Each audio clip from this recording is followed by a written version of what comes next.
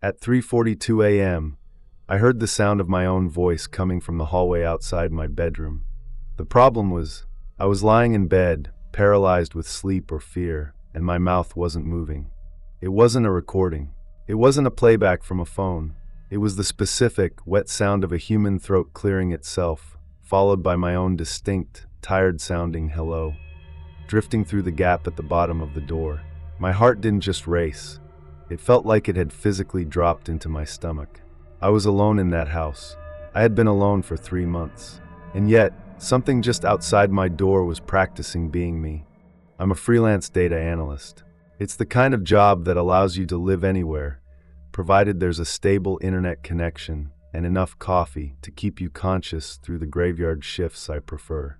I'm 32, single, and I've spent most of my adult life moving from one rental to another. 3 months ago, I moved into a small, single-story house on Mason Street. It was an old place, built in the late 50s, tucked away in a quiet neighborhood where the neighbors were mostly retired couples who went to bed at 8 p.m. The house was perfect because it was silent, or it was supposed to be. When you spend that much time alone, you get to know the vocabulary of your home. You learn which floorboards groan when the temperature drops, how the pipes clatter when the neighbor turns on their sprinklers, and how the wind whistles through the slightly misaligned frame of the kitchen window. By the end of the first month, I knew every quirk. I felt safe. I worked from 10 p.m. to 6 a.m., sleeping during the day while the world was loud, and staying awake while the world was dead. The first week of November was when things started to shift. It wasn't anything big, no slamming doors or bloody messages on the mirrors. It started with my things. I'm a creature of habit. I keep my keys in a ceramic bowl by the door and my work laptop on the left side of the dining table. One Tuesday, I woke up at 4 p.m. and found my keys sitting on the kitchen counter right next to the sink. I stared at them for a good minute. I didn't remember putting them there, but I dismissed it. I'd been working 14-hour days. Brain fog is a real thing. I moved them back to the bowl and went about my day. But then 2 nights later, I found my laptop open. I always close the lid when I'm done. It's a reflex to keep dust off the screen. I walked into the dining room at 10 p.m. to start my shift, and the screen was glowing in the dark.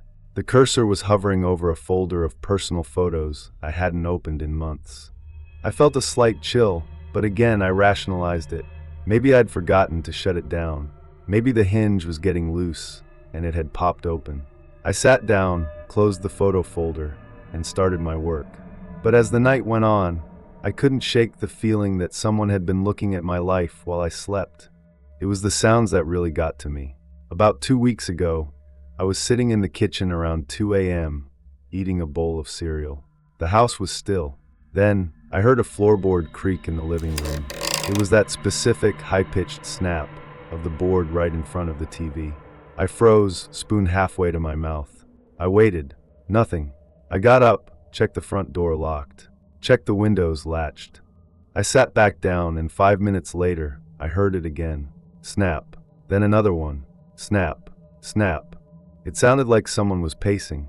But the pacing was rhythmic, almost like they were trying to memorize how the floor sounded under a specific weight. I walked into the living room, turned on the lights, and of course, there was no one there.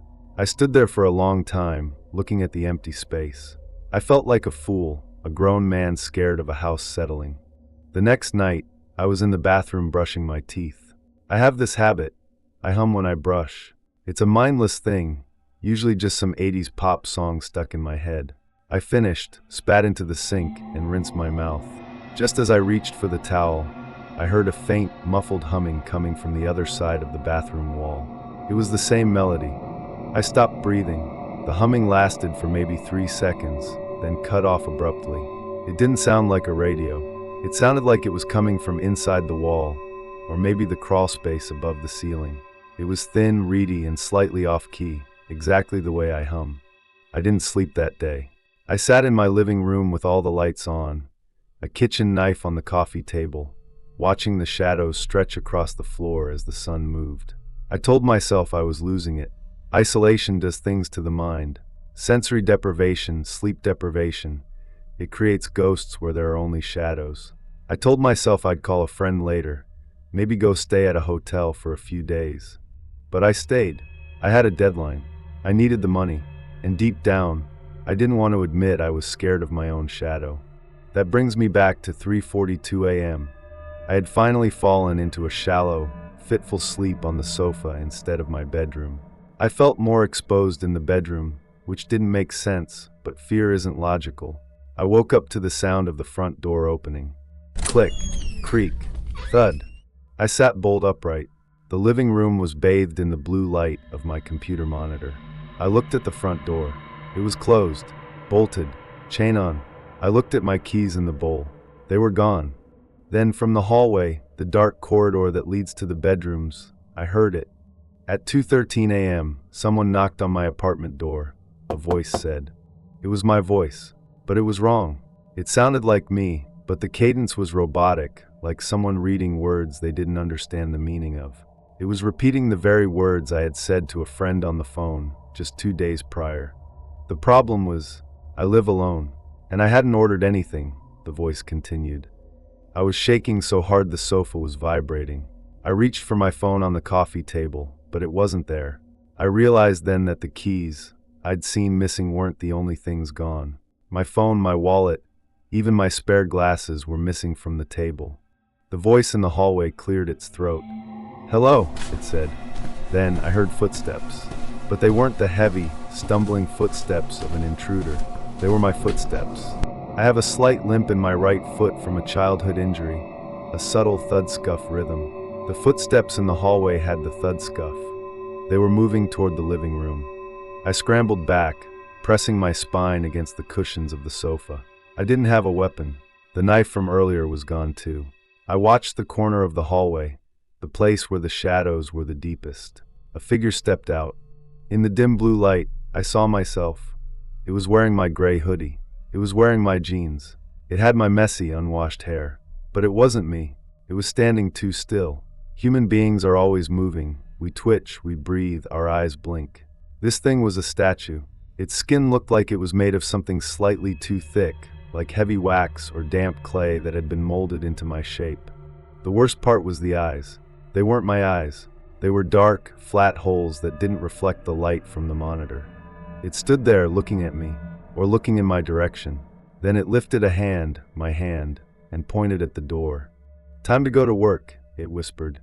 The voice was closer now, and I could hear the underlying sound, a wet, clicking noise, like a tongue hitting the roof of a mouth that didn't have enough saliva. I didn't think. I didn't scream. I lunged. Not at it. I lunged for the front door. I tore at the deadbolt, my fingers fumbling, my nails scraping against the metal. I heard the thud-scuff of its footsteps accelerating behind me. I felt a coldness wash over my back, a sensation like standing near an open freezer. I got the door open. I didn't look back. I ran out into the cold November air barefoot, wearing only my sleep clothes. I ran down the driveway, out onto Mason Street, and I didn't stop until I reached the main road where the gas station stayed open 24/7. The police went back with me an hour later. They thought I was having a mental breakdown, or maybe a reaction to some medication. I didn't care what they thought, I just needed them to be there.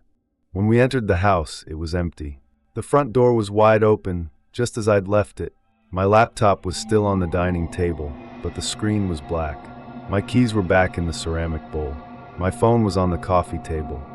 Nothing seems out of place, sir, the younger officer said, looking at me with that mix of pity and annoyance. Check the crawl space, I whispered. Check the attic. They did. They found nothing. No signs of forced entry, no signs of another person living there. But as we were leaving, I noticed something on the dining table. My laptop lid was closed. I walked over and opened it. The photo folder was open again, but it wasn't the folder I'd seen before. It was a new folder, labeled with today's date. I clicked on the first file. It was a photo of me, sleeping on the sofa, taken from the perspective of the hallway. The second photo was of me at the front door, my back turned, struggling with the lock. The third photo was a selfie. It was the thing that looked like me, holding my phone, standing in front of the bathroom mirror. It was smiling, but the mouth was too wide. It had too many teeth, tiny needle-like teeth that didn't belong in a human mouth. I didn't tell the police about the photos. I closed the laptop, took it with me, and I never spent another night in that house. I broke my lease, lost my deposit, and left half my furniture behind. I didn't care. I live in a high-rise apartment now. Lots of neighbors, lots of noise, lots of security cameras. But sometimes, when I'm working late, I'll hear a floorboard creak in the hallway. I'll hear the sound of a throat clearing just outside my door. And yesterday, I found a photo on my phone that I don't remember taking. It's a shot of the back of my head while I'm sitting at my desk. I'm starting to realize that it didn't want the house. It wanted the life. And the most terrifying part isn't that it's following me. The most terrifying part is that sometimes when I look in the mirror, I have to blink 3 or 4 times just to make sure my eyes are still reflecting the light. I have to check my teeth. I have to make sure I'm still the one humming. I'm still here, I think. But if you see me out somewhere, and I don't seem quite right, if I'm standing too still, or if my voice sounds a little too much like a recording, don't come over. Just keep walking, because I'm not sure which one of us is telling this story anymore.